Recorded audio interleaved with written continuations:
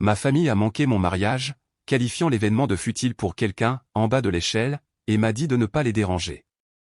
Puis, maman a posté des vidéos de vacances à Hawaï avec la famille de mon frère. Un mois plus tard, ils ont appelé pour dire que les remboursements de prêts n'avaient pas été effectués. Alors je leur ai dit, ne me contactez pas pour des broutilles. Je m'appelle Autom, j'ai 29 ans, et le jour de mon mariage aurait dû être parfait. Malgré mes origines modestes, j'avais bâti une carrière d'infirmière prospère et trouvé le véritable amour avec Ethan.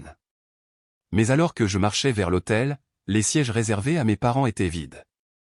Ils avaient choisi des vacances à Hawaï avec la famille de mon frère à la place. Ce n'est qu'un événement futile pour quelqu'un en bas de l'échelle, avait dit mon père. Cela a fait plus mal que tout jusqu'à un mois après mon mariage, lorsqu'ils ont appelé au sujet de remboursement de prêts qu'ils avaient manqués. L'argent que je leur avais prêté il y a des années avait soudainement de l'importance. Maintenant, avant de vous dire ce qui s'est passé ensuite, dites-moi d'où vous regardez dans les commentaires. Et veuillez cliquer sur le bouton d'abonnement si vous vous êtes déjà senti comme si vous vous battiez pour la reconnaissance au sein de votre propre famille. Ayant grandi dans un quartier de classe moyenne à Grand Rapids, dans le Michigan, j'ai toujours senti qu'il y avait une hiérarchie implicite dans notre famille. Mes parents, Diana et Richard Parker, n'ont jamais essayé de cacher leur préférence pour mon frère aîné, Thomas. Il était leur enfant d'or dès le moment où il a annoncé son intention de suivre les traces de notre père et de poursuivre des études de commerce. Thomas a excellé académiquement, a obtenu son diplôme d'une université prestigieuse et a décroché un emploi dans une entreprise du Fortune 500 immédiatement après. À 30 ans, il avait épousé Grace, une femme que mes parents adoraient pour ses relations sociales et ses antécédents familiaux. En 3 ans, ils ont eu 2 enfants parfaits, Emma et Liam, complétant ce que mes parents considéraient comme l'image familiale idéale. Moi, d'un autre côté, j'ai découvert ma passion pour les soins de santé après avoir fait du bénévolat dans un hôpital local pendant mes études secondaires. Le lien que j'ai ressenti avec les patients et la différence tangible que je pouvais faire dans leur vie m'ont donné un but. Lorsque j'ai annoncé ma décision de poursuivre des études d'infirmière au lieu de commerce, la déception de mon père était palpable. Infirmière, s'était-il moqué. Tout ce potentiel gaspillé a changé des bassins. Tu pourrais diriger des entreprises, Autom. Ma mère était plus subtile mais tout aussi dédaigneuse. C'est un travail respectable, je suppose, avait-elle dit avec un soupir. Mais tu t'es toujours contenté de moins que ce que tu pouvais accomplir. Le contraste dans la façon dont ils nous traitaient est devenu douloureusement évident lors d'événements importants. Pour le 20e anniversaire de Thomas, ils lui ont fait la surprise d'une voiture flambant neuve. Pour le mien, j'ai reçu une carte cadeau pour un grand magasin. Lorsque Thomas a obtenu sa promotion, ils ont organisé un dîner élaboré et ont invité tous leurs amis. Lorsque j'ai obtenu mon diplôme avec mention à l'école d'infirmière, ils ont assisté à la cérémonie mais sont partis immédiatement après, invoquant un barbecue de quartier qu'ils ne pouvaient pas manquer. Lorsque Thomas a acheté sa maison, nos parents ont contribué à un acompte généreux comme un bon départ dans la vie. Lorsqu'Ethan et moi avons commencé à chercher des maisons modestes, ma mère a suggéré que nous vivions selon nos moyens et que nous commencions par un appartement à la place. Malgré cela, j'ai entretenu une relation avec mes parents, espérant toujours qu'ils finiraient par voir ma valeur. Je leur rendais visite tous les mois pour les dîners de famille, je leur envoyais des cadeaux réfléchis pendant les vacances et je les appelais régulièrement pour prendre de leurs nouvelles. Je croyais que la famille était la famille, quelles que soient nos différences. Il y a 3 ans, cette croyance a été mise à l'épreuve lorsque mes parents m'ont appelé en panique. Ils avaient pris de mauvaises décisions d'investissement et avaient 3 mois de retard sur leurs remboursements hypothécaires. La banque menaçait de procéder à une saisie immobilière s'ils ne trouvaient pas $25 000 immédiatement. Nous avons déjà demandé à Thomas, a expliqué mon père. Mais avec les frais de scolarité des enfants dans les écoles privées et les dépenses de leur nouvelle maison de vacances, il ne peut tout simplement pas nous aider pour le moment. J'économisais consciencieusement depuis des années, constituant une petite épargne modeste qu'Ethan et moi espérions transformer un jour en acompte pour notre maison. Après en avoir discuté avec lui, nous avons décidé que je prêterais à mes parents l'argent dont ils avaient besoin.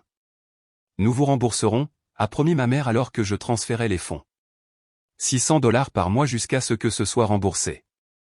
J'ai insisté pour mettre l'accord par écrit, non pas parce que je ne leur faisais pas confiance, mais parce que le montant était important. Mon père a semblé offensé par la suggestion, mais ma mère l'a convaincu que c'était raisonnable. Nous avons signé un contrat simple décrivant les termes, et j'ai gardé une copie dans mes dossiers. Pendant près de 3 ans, ils ont effectué les paiements comme du papier à musique. Chaque mois, $600 apparaissaient sur mon compte, généralement le 5 ou le 6. J'étais fier de pouvoir les aider lorsqu'ils en avaient besoin, et cela semblait nous rapprocher. Mon père m'appelait même parfois juste pour discuter, chose qu'il avait rarement faite auparavant. Alors qu'Ethan et moi commencions notre relation, mes parents étaient poliment intéressés mais pas excessivement enthousiastes. Ethan était un enseignant de maternelle avec un esprit doux et une patience infinie, des qualités que j'adorais, mais que mes parents trouvaient peu impressionnantes. Un enseignant, avait demandé ma mère lorsque je l'ai mentionné. Eh bien, je suppose que quelqu'un doit le faire.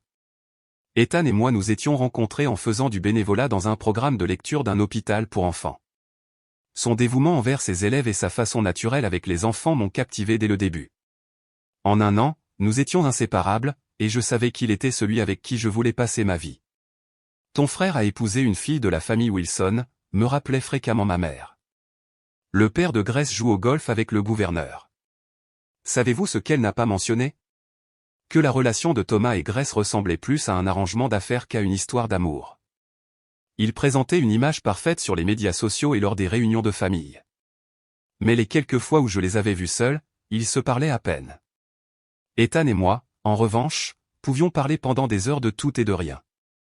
Il soutenait pleinement mes ambitions professionnelles, et je l'encourageais alors qu'il mettait au point des méthodes d'enseignement novatrices pour ses jeunes élèves. Nous n'étions pas riches, mais nous construisions une vie riche en sang et en respect mutuel. Alors que notre relation devenait sérieuse, j'espérais que mes parents reconnaîtraient la valeur de la vie que je créais. J'espérais qu'ils verraient que le succès pouvait se mesurer à plus que des termes financiers ou un statut social.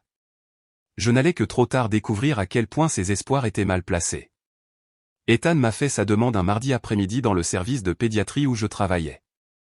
Il s'était coordonné avec mes collègues et les enfants dont je m'occupais, chacun d'eux tenait des pancartes dessinées à la main qui finissaient par épeler « Veux-tu m'épouser ?» alors que je faisais mes rondes. Au moment où j'ai atteint ma dernière chambre de patient, Ethan attendait à genoux, entouré d'enfants souriants et de collègues aux yeux larmoyants. Ce n'était pas grandiose ni cher, mais c'était parfaitement nous, réfléchi, sincère et centré sur le travail que nous aimions tous les deux. Ce soir-là, j'ai appelé mes parents pour leur annoncer la nouvelle, espérant qu'ils seraient heureux pour moi. Il a fait sa demande à l'hôpital, a demandé ma mère, la désapprobation évidente dans sa voix. Thomas a fait sa demande à Grace au Ritz-Carlton de Chicago, tu sais, lors d'un dîner privé avec un quatuor à cordes. Pourtant, j'ai essayé d'impliquer ma mère dans les préparatifs du mariage. Je l'ai invitée à venir choisir une robe, mais elle a prétendu avoir un rendez-vous permanent avec son club de bridge qui ne pouvait pas être reporté. Ma future belle-mère, Margaret, est venue et a pleuré lorsque j'ai trouvé ma robe ou une robe simple mais élégante en forme de A qui semblait avoir été faite pour moi. As-tu envisagé quelque chose de plus élaboré, a demandé ma mère lorsque je lui ai montré des photos.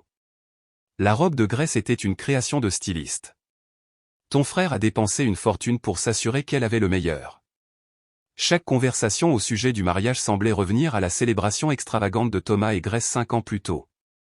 Leur mariage avait coûté plus qu'Ethan et moi réunis en un an avec plus de 300 invités, un gâteau à 7 étages et une réception dans l'un des lieux les plus exclusifs de Détroit. Ethan et moi prévoyions quelque chose de beaucoup plus petit, 70 invités dans un charmant jardin botanique local, avec une réception organisée par un restaurant familial que nous aimions. Notre budget était modeste mais suffisant pour la célébration intime que nous envisagions. Mon père est resté largement absent du processus de planification mais a parfois offert des commentaires inutiles. Tout ce remue-ménage pour une seule journée, a-t-il fait remarquer une fois, surtout pour quelqu'un dans ta position. Ce n'est pas comme si vous fusionniez des entreprises familiales ou établissiez des liens avantageux. J'ai essayé d'ignorer ces commentaires, me concentrant plutôt sur la joie de planifier une vie avec Ethan. Nous avons envoyé des cartes, réservé la date, 6 mois avant le mariage, en veillant à ce que nos familles aient beaucoup de préavis.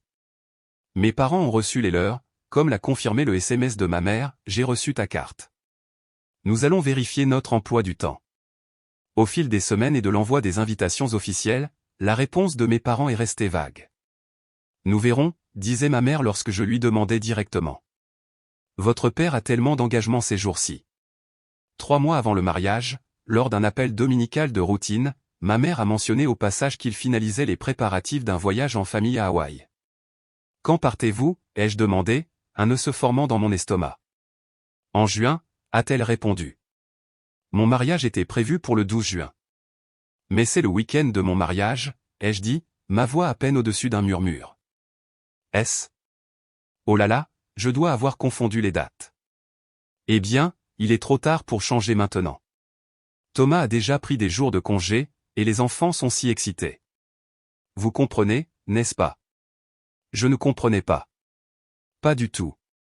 Plus tard ce soir-là, j'ai appelé mon père directement, espérant qu'il y avait eu une erreur. Papa, maman dit que vous avez prévu un voyage en famille pendant le week-end de mon mariage. Il doit y avoir un malentendu. Sa réponse a été froide et calculée. Il n'y a pas de malentendu, ô Tom. Nous avons beaucoup investi dans ce voyage. Thomas a d'importants contacts d'affaires à Hawaï, et cela pourrait être une occasion significative pour lui. Plus significative que le mariage de ta fille, ai-je demandé, la voix brisée. Ce qu'il a dit ensuite allait se répéter dans mon esprit pendant des mois à venir, ce n'est qu'un événement futile pour quelqu'un en bas de l'échelle. Ne nous dérange pas avec ça. Le téléphone a failli me glisser des mains. En bas de l'échelle, ai-je répété. En bas de quoi? Tu sais ce que je veux dire, a-t-il répondu de manière dédaigneuse. Toi et Ethan, vos positions. Ce n'est pas comme si c'était une occasion sociale ou commerciale significative. C'est juste un petit mariage pour une infirmière et un enseignant de maternelle. J'ai raccroché sans autre mot, les larmes coulant sur mon visage. Lorsqu'Ethan est rentré à la maison et m'a trouvé recroquevillé sur notre canapé, j'ai pu à peine parler à travers mes sanglots en lui racontant ce qui s'était passé. Ta valeur n'est pas déterminée par ton titre d'emploi ou tes revenus, a-t-il dit avec véhémence, me serrant dans ses bras. Et notre mariage est important parce que notre amour est important. S'ils ne peuvent pas le voir, c'est leur énorme perte. Ces paroles ont aidé, mais la douleur du rejet de mon père a profondément blessé. Toute ma vie, j'avais essayé de gagner leur approbation, leur respect, leur amour. Maintenant, je devais faire face à la possibilité que rien de ce que je ferais ne serait jamais suffisant. Je n'étais pas seulement moins bien considéré que Thomas, j'étais au fond. Ce soir-là, Ethan et moi avons pris une décision difficile. Nous allions procéder à notre mariage comme prévu, avec ou sans mes parents.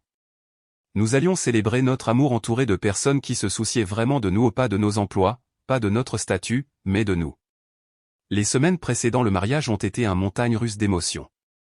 Chaque matin, je me réveillais avec un espoir renouvelé que mes parents reconsidéreraient, qu'ils réaliseraient l'ampleur de la perte du mariage de leur fille et changeraient leurs plans. Chaque soir, je me couchais avec cet espoir un peu plus diminué. Je me suis plongé dans les préparatifs finaux, reconnaissante de la distraction des derniers détails. Mes futurs beaux-parents, Margaret et Robert, se sont impliqués d'une manière à laquelle je n'aurais jamais pu m'attendre. Ils ont aidé avec tout, de la confirmation des fournisseurs à l'assemblage des sacs de bienvenue pour les invités de l'extérieur.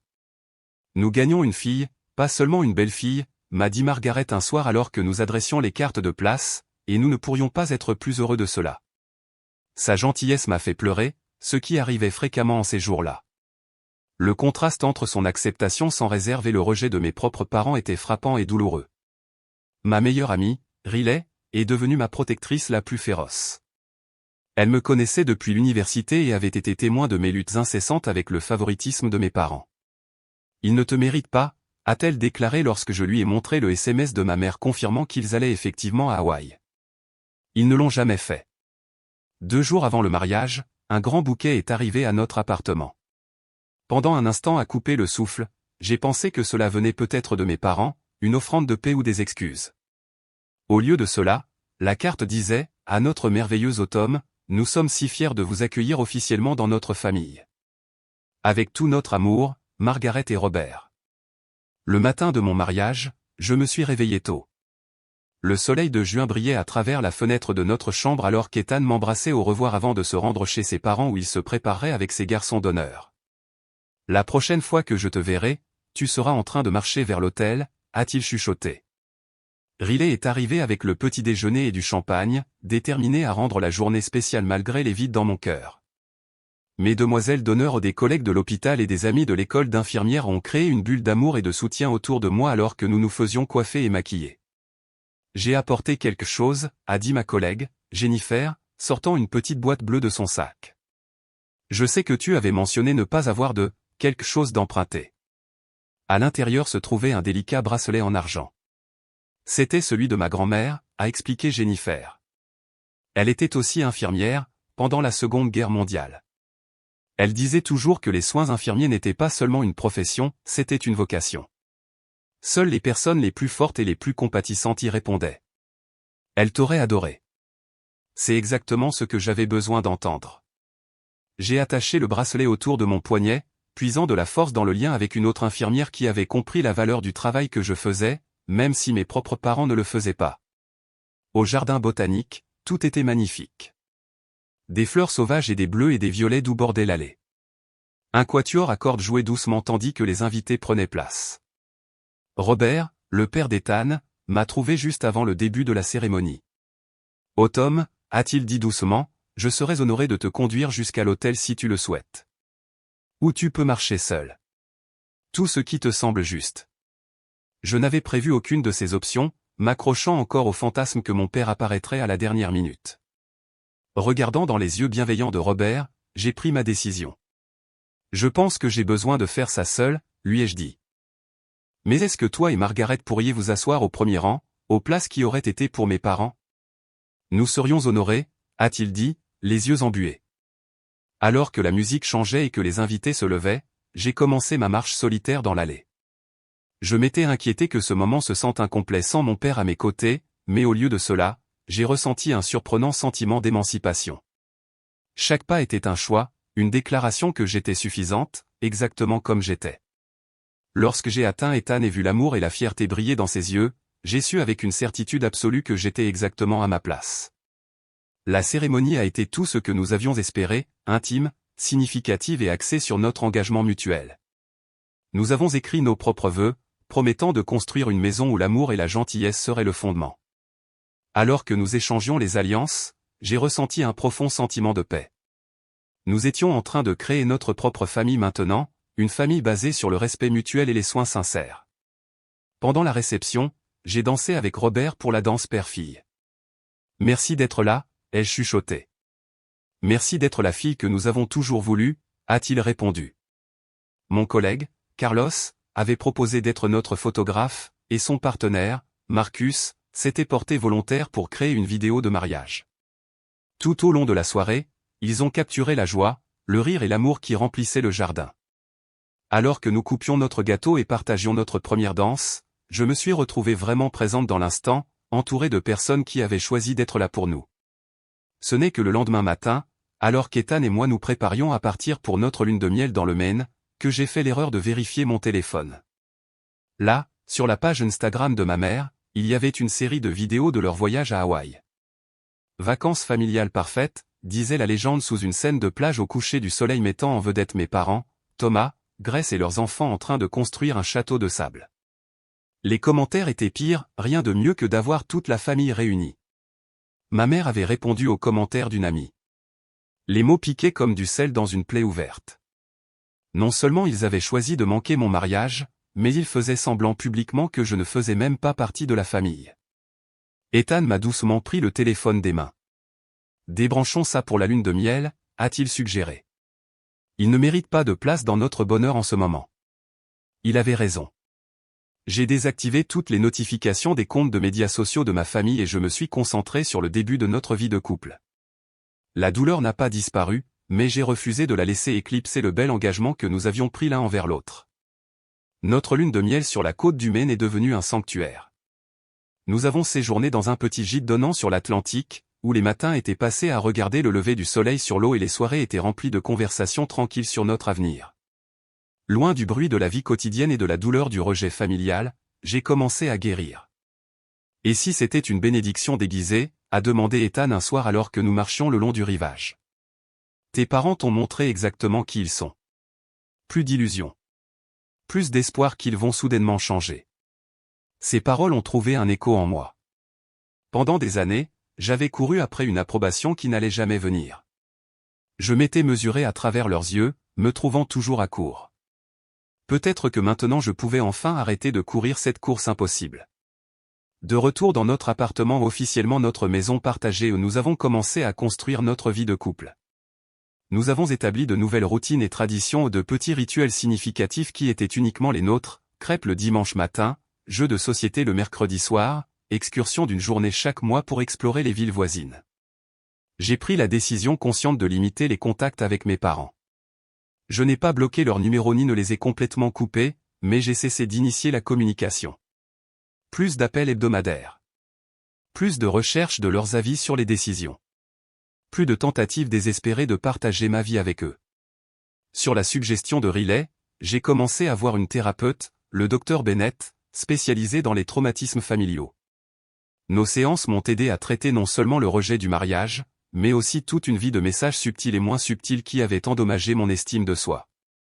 Ce que tes parents ont fait, c'est de l'abandon émotionnel, a expliqué le Dr Bennett lors d'une première séance, et d'après ce que tu as partagé, cela fait partie d'un schéma qui existe toute ta vie. En travaillant avec elle, j'ai commencé à reconnaître à quel point le favoritisme de mes parents m'avait affecté. J'avais intériorisé l'idée que j'étais en quelque sorte moins précieuse, moins digne d'amour et d'attention que mon frère. Cette croyance avait influencé tout, de mes relations personnelles à mes choix de carrière. Tu as passé ta vie à essayer de gagner un amour qui aurait dû être donné librement, a dit le Dr Bennett. Ce n'est pas ton échec. C'est le leur. La famille d'Ethan est devenue une source de guérison inattendue. Margaret appelait régulièrement non pas pour fouiller ou juger, mais simplement pour prendre de mes nouvelles. Robert envoyait des blagues de papa drôles par SMS qui ne manquaient jamais de me faire sourire. Il nous incluait dans les réunions de famille non pas par obligation, mais parce qu'il nous voulait vraiment là. Mes collègues de l'hôpital, dont beaucoup avaient assisté à notre mariage, ont formé un autre système de soutien crucial. La chef des infirmières, Barbara, m'a prise à part environ un mois après mon retour de lune de miel. J'observe ton travail depuis des années, m'a-t-elle dit. Tes compétences cliniques sont exceptionnelles, mais c'est ta compassion qui te distingue vraiment. Nous créons un nouveau programme de défense des patients, et j'aimerais que tu participes à son développement. Cette offre de confiance professionnelle est arrivée au moment idéal. Le programme nécessiterait une formation et des responsabilités supplémentaires, mais il offrait également une voie de promotion à laquelle je n'avais pas pensé auparavant. Je me suis plongé dans le travail, trouvant un but et une validation et utilisant mon expérience en soins infirmiers pour améliorer les systèmes de soins aux patients. Par l'intermédiaire de ma cousine, Mélissa, la seule parente de mon côté qui avait assisté à notre mariage, j'ai parfois eu des nouvelles de ma famille. L'entreprise de Thomas semblait apparemment rencontrer quelques difficultés, bien que les détails soient vagues. Mes parents avaient annulé leur voyage annuel d'hiver en Floride, invoquant des problèmes de budget. Aucune de ces informations ne provenait directement d'eux. 6 semaines après notre mariage, j'ai remarqué quelque chose d'inhabituel, le paiement mensuel de prêt de mes parents n'est pas apparu sur mon compte. Compte tenu de tout ce qui s'était passé, j'ai d'abord décidé de l'ignorer. Peut-être était-ce un oubli, ou peut-être était-ce leur façon mesquine de me punir pour m'être marié sans eux. Lorsque la date de paiement est arrivée et repartie sans dépôt, j'ai envoyé un bref courriel professionnel, j'ai remarqué que les paiements de prêt de juin et de juillet n'ont pas été effectués. Veuillez m'indiquer quand je peux m'attendre à les recevoir. Je n'ai reçu aucune réponse ni à ce courriel, ni à un suivi similaire que j'ai envoyé une semaine plus tard. Pendant ce temps, les médias sociaux de ma mère sont restés actifs, avec des messages sur les dîners de famille et les sorties du week-end, mettant toujours en vedette Thomas, Grace et leurs enfants. Jamais aucune reconnaissance de mon existence ou des paiements manquants. Le Dr Bennett m'a aidé à traiter ces rejets continus sans laisser rouvrir les blessures guéries. Leur comportement dit tout sur eux et rien sur toi, m'a-t-elle rappelé. Tu décides quel rôle ils jouent dans ta vie à l'avenir. Ethan et moi nous sommes concentrés sur la construction de notre avenir. Nous avons commencé à chercher une maison, à la recherche d'une maison modeste où nous pourrions éventuellement fonder notre propre famille. Nous avons discuté de l'adoption et de l'accueil, nous sentant tous les deux attirés par l'idée d'offrir un foyer aimant aux enfants qui en avaient besoin. Nous savons ce que c'est que d'être indésirable, lui ai-je dit un soir. Peut-être que cette compréhension fait de nous les parents parfaits pour les enfants qui ont vécu la même chose. Les yeux d'Ethan se sont remplis de larmes.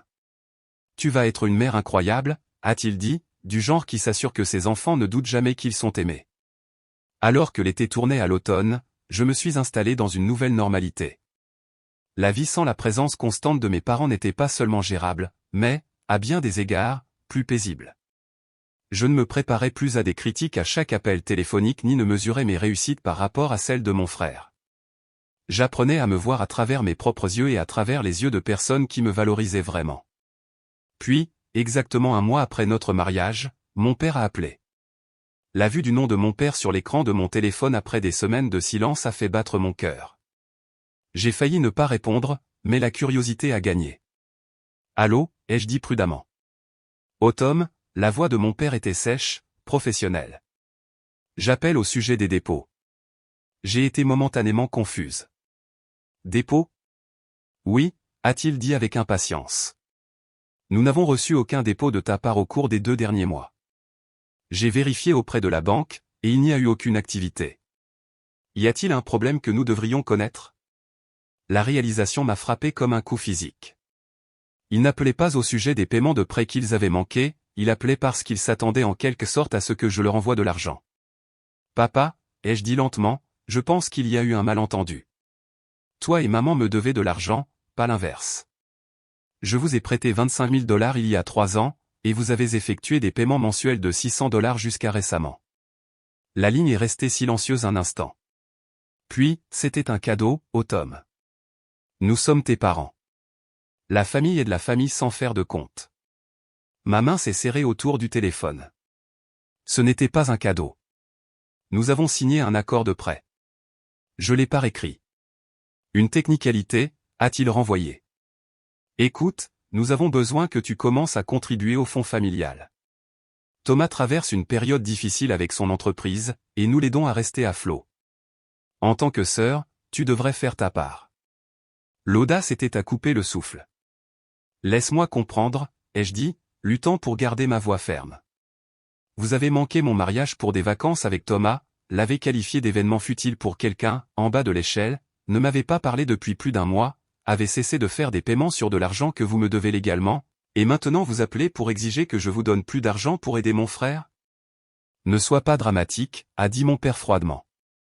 Il s'agit de responsabilité familiale. Thomas a des enfants à soutenir, ai-je rétorqué.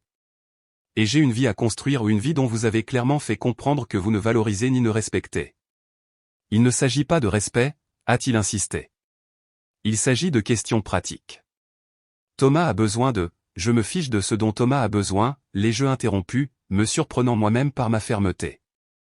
Je me soucie des 25 000 $ que vous m'avez empruntés et que vous avez promis de rembourser. Je me soucie d'être traité comme un membre de cette famille au lieu d'un guichet automatique dont vous pouvez retirer de l'argent chaque fois que Thomas a un problème. Le ton de mon père se durcit. Je suis déçu de toi, ô Tom. Cette attitude égoïste n'est pas celle dans laquelle nous t'avons élevé. Non, acquiesçai-je. Vous m'avez élevé en me faisant croire que j'étais moins importante que mon frère, moins valable tout en bas. Mais je n'accepte plus ça. J'ai raccroché avant qu'il ne puisse répondre, les mains tremblantes. En quelques minutes, mon téléphone a recommencé à sonner. Ma mère, cette fois. Contre mon meilleur jugement, j'ai répondu. Comment oses-tu parler à ton père de cette façon, commença-t-elle sans préambule. Après tout ce que nous avons fait pour toi, qu'as-tu fait exactement pour moi? Maman, demandai-je doucement. Nous t'avons élevé, éduqué, soutenu dans tes décisions même lorsque nous n'étions pas d'accord avec elles, dit-elle, sa voix montant. Et maintenant, alors que ta famille a besoin de toi, tu nous tournes le dos. Comme tu m'as tourné le dos en manquant mon mariage. C'était différent, insista-t-elle. Nous avions des engagements antérieurs pour des vacances qui auraient pu être programmées n'importe quelle autre semaine de l'année, précisai-je. Elle soupira dramatiquement. Oh Tom, tu dois voir le problème dans son ensemble. Thomas rencontre de sérieuses difficultés financières. Son entreprise réduit ses effectifs, et il pourrait perdre son poste. Ils ont déjà dû retirer Emma de son école privée et annuler leur adhésion au club de campagne. Il souffre. La définition de la souffrance dans ma famille avait toujours été révélatrice. Donc Thomas pourrait devoir vivre comme une personne normale au lieu de la personne privilégiée qu'il a toujours été. Et c'est une crise qui nécessite mon soutien financier. La famille soutient la famille, répéta-t-elle les mots de mon père. Sauf quand ce membre de la famille c'est moi, apparemment, dis-je. Ce n'est pas juste, protesta ma mère. Nous vous avons toujours traité, toi et Thomas, de la même façon. Ce mensonge flagrant a été la goutte d'eau qui a fait déborder le vase. Maman, je dois y aller. Veuillez dire à papa que j'attends la reprise immédiate des remboursements du prêt, conformément à notre accord écrit. Si je ne reçois pas les sommes en retard dans les 2 semaines, je devrais envisager d'autres options. Est-ce que tu nous menaces, demanda-t-elle incrédule. J'établis des limites, corrigeai-je, ce que j'aurais dû faire il y a des années. Après avoir terminé l'appel, je suis allé directement à notre bureau à domicile et j'ai trouvé l'accord de prêt dans mes dossiers. Il était clair et sans ambiguïté, signé par mes 2 parents et daté. Il n'y avait nulle part mention que l'argent était un cadeau. J'ai scanné le document et je l'ai envoyé par courriel à mes 2 parents avec une brève note, conformément à notre discussion, voici l'accord de prêt que nous avons tous signé. Veuillez mettre le compte à jour dans les 14 jours. En quelques heures, ma boîte de réception a été inondée. Mon père a envoyé un message furieux affirmant que l'accord n'était pas juridiquement contraignant. Ma mère a envoyé un appel plus long et plus émotionnel sur la loyauté familiale et les moments difficiles. Plus surprenant encore, j'ai reçu un texto de mon frère, Thomas, la première communication directe de sa part depuis des mois. J'ai entendu dire que tu mets les parents dans une situation difficile à cause de l'argent. Pas cool, sœur. On lutte tous en ce moment. J'ai rédigé et supprimé plusieurs réponses avant de m'arrêter sur « c'est entre moi et nos parents concernant un prêt que je leur ai accordé il y a 3 ans. Cela n'a rien à voir avec toi. » Sa réponse est arrivée rapidement, tout dans cette famille a à voir avec nous tous. Maman et papa utilisent leurs économies de retraite pour m'aider en ce moment. Si tu les forces à te payer, tu enlèves de la nourriture de la bouche de mes enfants. La manipulation était tellement transparente qu'elle aurait été risible si elle n'avait pas été aussi exaspérante. Thomas et Grace vivaient dans une maison d'une valeur de plus d'1 million de dollars. Même avec la suppression des frais d'école privée et de clubs de campagne, ils ne risquaient guère la faim. Avant que je puisse répondre, j'ai reçu un autre appel de ma mère. Cette fois, son approche était passée de la culpabilité à la négociation. Nous avons réfléchi, commença-t-elle, sa voix mielleuse. Peut-être pourrions-nous trouver un compromis.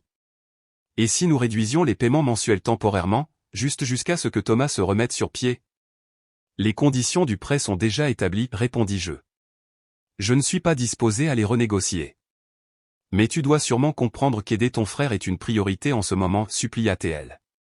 Ma priorité est ma propre sécurité financière et l'avenir que je construis avec Ethan, lui ai-je dit. Tout comme votre priorité est clairement Thomas et sa famille.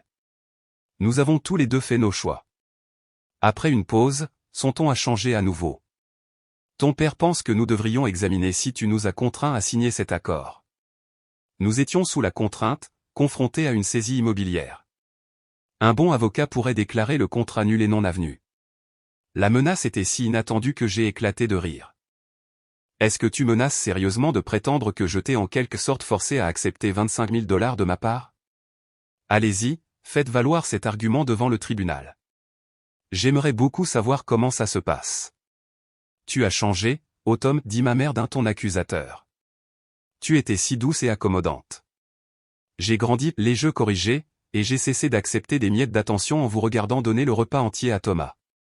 La conversation s'est terminée par ma mère suggérant qu'Ethan était à l'origine de ma nouvelle attitude ou une autre diversion pour éviter d'assumer ses responsabilités.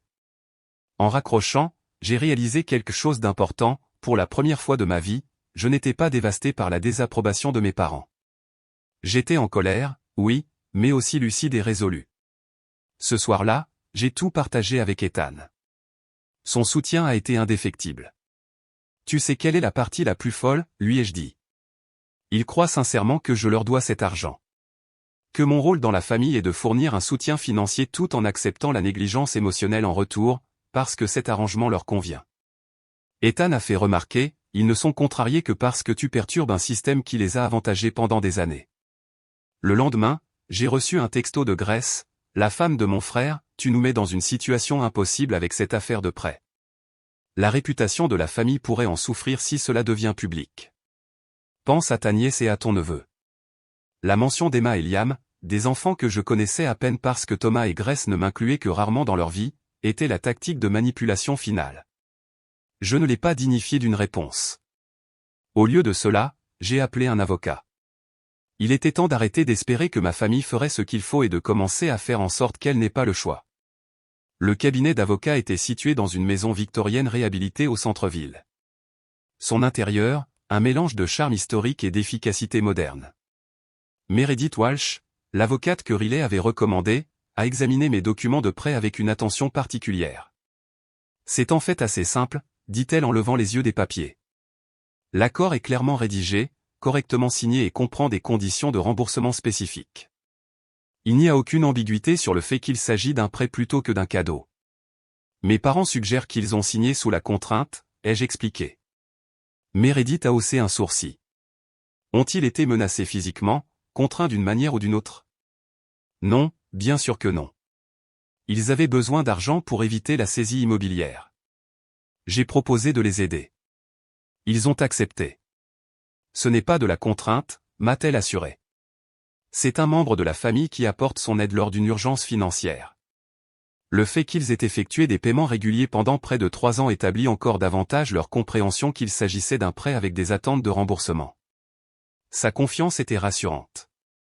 Alors que recommandez-vous, étant donné la dynamique familiale que vous avez décrite?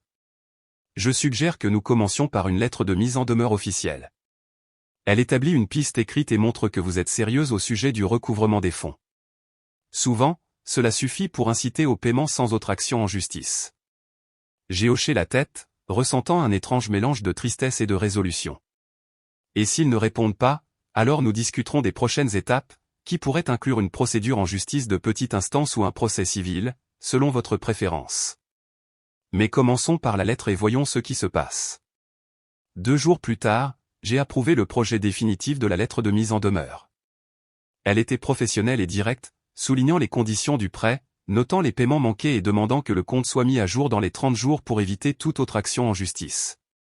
L'assistante de Meredith a fait authentifier la lettre avant qu'elle ne soit envoyée par courrier recommandé, exigeant une signature à la livraison.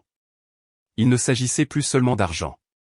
Il s'agissait d'établir des limites et de refuser d'être manipulé ou rejeté. En attendant une réponse, je me suis concentré sur les aspects de ma vie qui m'apportaient joie et épanouissement. Ethan et moi avons continué à chercher une maison, trouvant un bungalow prometteur de 3 chambres dans un quartier avec d'excellentes écoles. Au travail, le programme de défense des patients gagnait du terrain, l'administration de l'hôpital allouant des ressources supplémentaires en fonction de notre succès initial. 3 jours après la livraison de la lettre de mise en demeure, les textos et les appels ont commencé au nom seulement de mes parents, mais aussi de membres de la famille élargie dont j'entendais rarement parler. Tante Patricia, Diana est absolument dévastée par ta lettre. Quelle sorte de fille engage un avocat contre ses propres parents? Oncle Gérald, ton père a aidé à payer tes études d'infirmière. Comment peux-tu être si ingrate? Cousin Derek, toute la famille en parle. C'est embarrassant pour tout le monde. Je n'ai répondu à aucun de ces messages, les reconnaissant comme des singes volants envoyés pour me faire pression afin que je me conforme. Le docteur Bennett m'avait prévenu que cela pourrait arriver. Lorsque vous changez la dynamique en établissant des limites, ceux qui ont bénéficié de l'ancien système travailleront dur pour vous y ramener, avait-elle expliqué. Leur malaise n'est pas de votre responsabilité. Une semaine après l'envoi de la lettre, Grace m'a appelé directement. C'était inhabituel. Nous communiquions généralement par le biais de textos de groupe familial ou lors de rassemblements obligatoires. Nous devons parler de cette situation, a-t-elle commencé, sa voix tendue par une colère contenue. As-tu une idée de ce que tu fais à la réputation de ta famille? Quelle partie de ma famille, ai-je demandé? La partie qui a manqué mon mariage pour des vacances, ou la partie qui s'attend à ce que je soutienne financièrement le style de vie de mon frère? Ne sois pas mesquine, a-t-elle rétorqué. Thomas et moi avons certaines obligations, des engagements sociaux, une position à maintenir. Tes parents comprennent cela, d'une manière que tu ne comprends manifestement pas. Tu as raison, ai-je convenu, la surprenant dans un silence momentané. Je ne comprends pas la priorité accordée à la position sociale par rapport au respect et à l'honnêteté de base. Je ne comprends pas de manquer le mariage de sa fille pour des vacances à la plage. Et je ne comprends absolument pas d'emprunter de l'argent sans intention de le rembourser. Personne n'a dit quoi que ce soit au sujet de ne pas le rembourser, a rétorqué Grace. Tes parents ont juste besoin de flexibilité en ce moment parce qu'ils nous aident. Et pourquoi est-ce mon problème? Elle a soupiré dramatiquement. Parce que nous sommes une famille, ô Tom. La famille prend soin les uns des autres. Exactement, ai-je dit. Alors quand prévoyez-vous prendre soin de moi? Quand mes besoins auront-ils de l'importance pour vous? Après une longue pause, la voix de Grace est devenue froide. J'ai toujours dit à Thomas que tu avais une puce sur l'épaule. Cela le prouve. Ta jalousie détruit cette famille. Non, les jeux corrigés. Votre droit et le favoritisme de mes parents ont fait cela il y a longtemps. Je ne fais que le reconnaître enfin. Après avoir raccroché, j'ai transmis tous les messages que j'avais reçus à Meredith, qui m'a conseillé de tout documenter mais de continuer à éviter l'engagement direct. Laisser le processus juridique fonctionner, a-t-elle conseillé. Les arguments émotionnels ne font qu'embrouiller le problème. 2 semaines après avoir reçu la lettre de mise en demeure, mon père a finalement répondu au non pas à moi, mais à Meredith. Son courriel était un mélange d'indignation et de menaces vagues concernant des affaires familiales qui devaient rester privées et des conséquences possibles pour l'héritage d'Autumn. Meredith a transmis son message avec une note, cela renforce en fait notre position. Il ne nie pas que la dette existe. Il essaie simplement de vous faire pression par d'autres moyens. Pendant ce temps, ma mère a lancé une campagne plus subtile.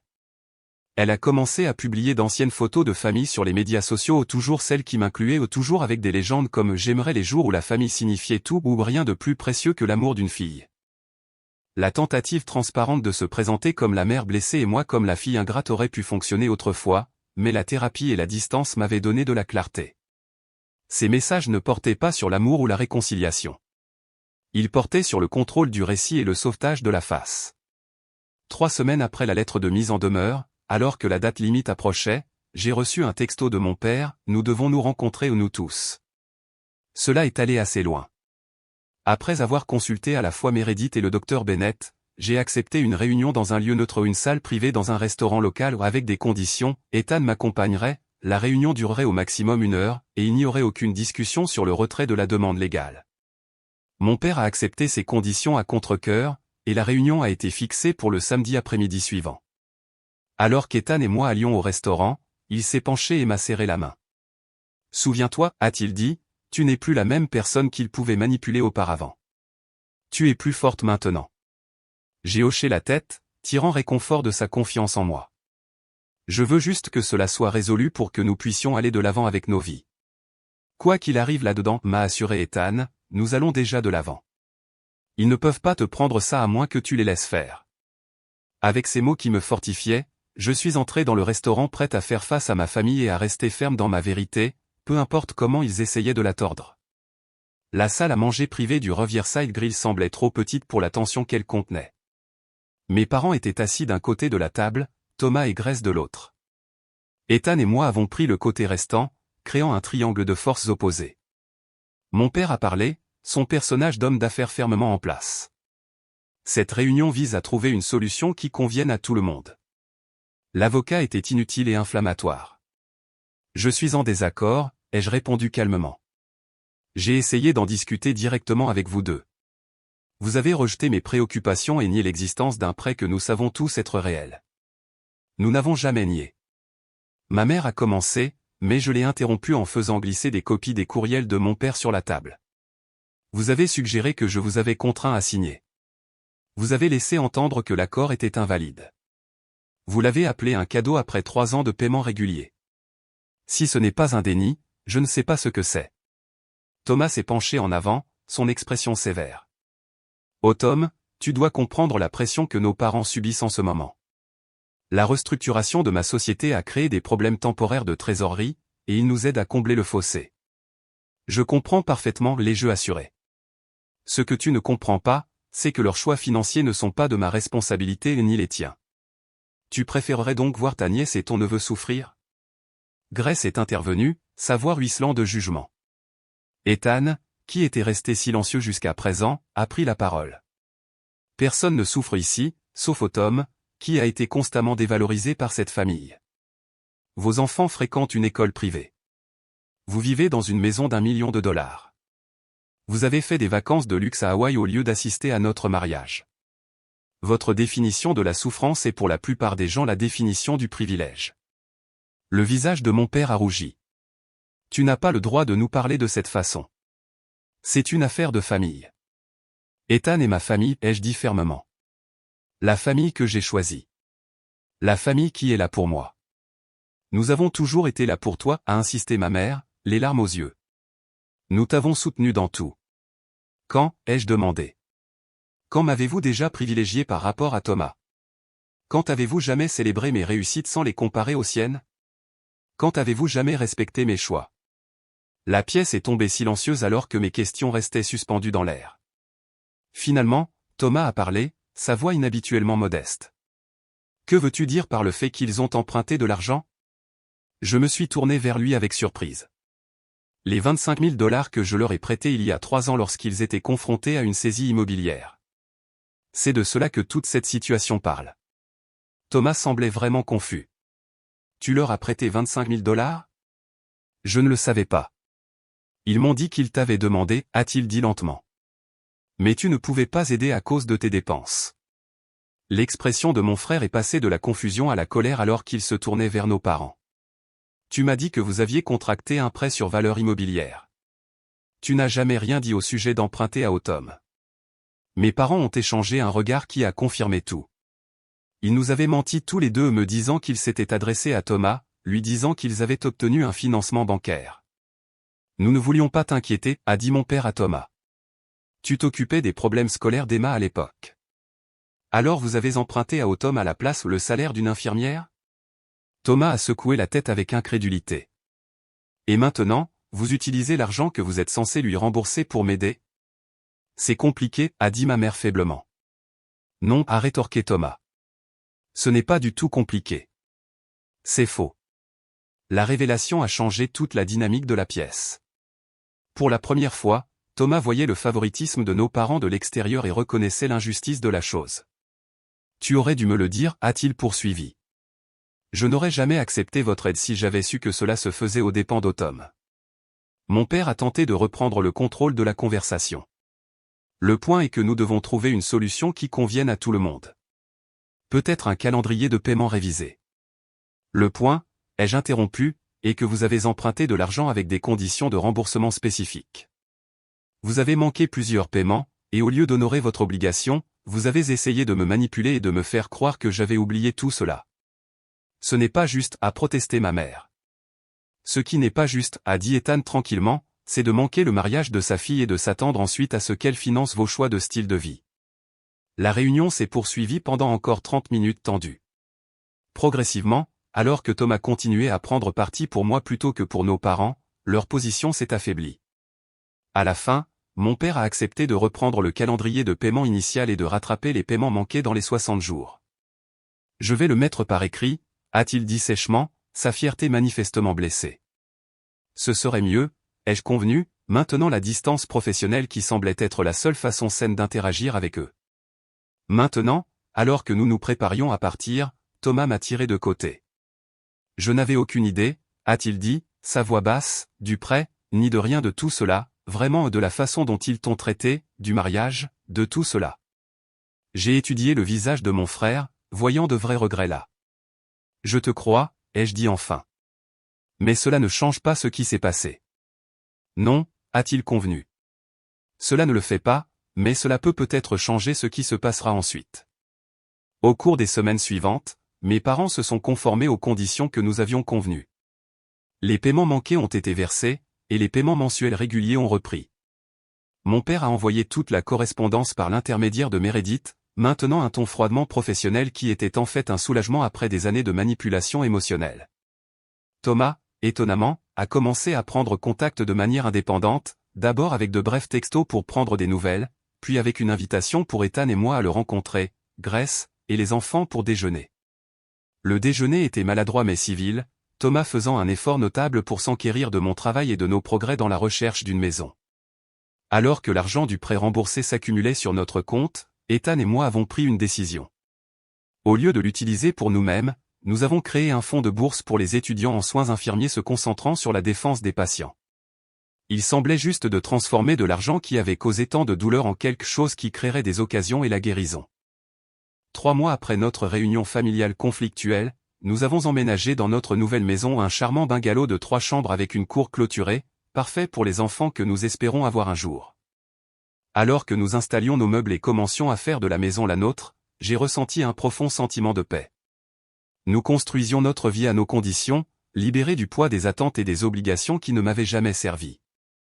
Ma relation avec mes parents a évolué en quelque chose que je n'attendais pas, une connexion limitée, soigneusement délimitée, basée sur le respect mutuel plutôt que sur l'enchevêtrement émotionnel. Ils n'ont pas été invités à notre pendaison de crémaillère, mais ils ont envoyé une carte à un petit geste qui aurait été anodin de la part de n'importe qui d'autre, mais qui représentait un progrès significatif de leur part. Pour sa part, Thomas a commencé le lent processus d'examen de son propre rôle dans le dysfonctionnement de notre famille.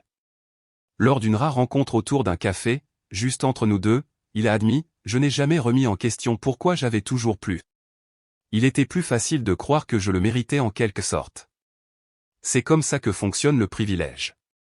Il est invisible pour ceux qui l'ont, lui ai-je dit. » Il a hoché la tête lentement. J'essaie de faire mieux avec Emma et Liam, en m'assurant qu'ils comprennent que la valeur ne se mesure pas aux réussites ou au statut.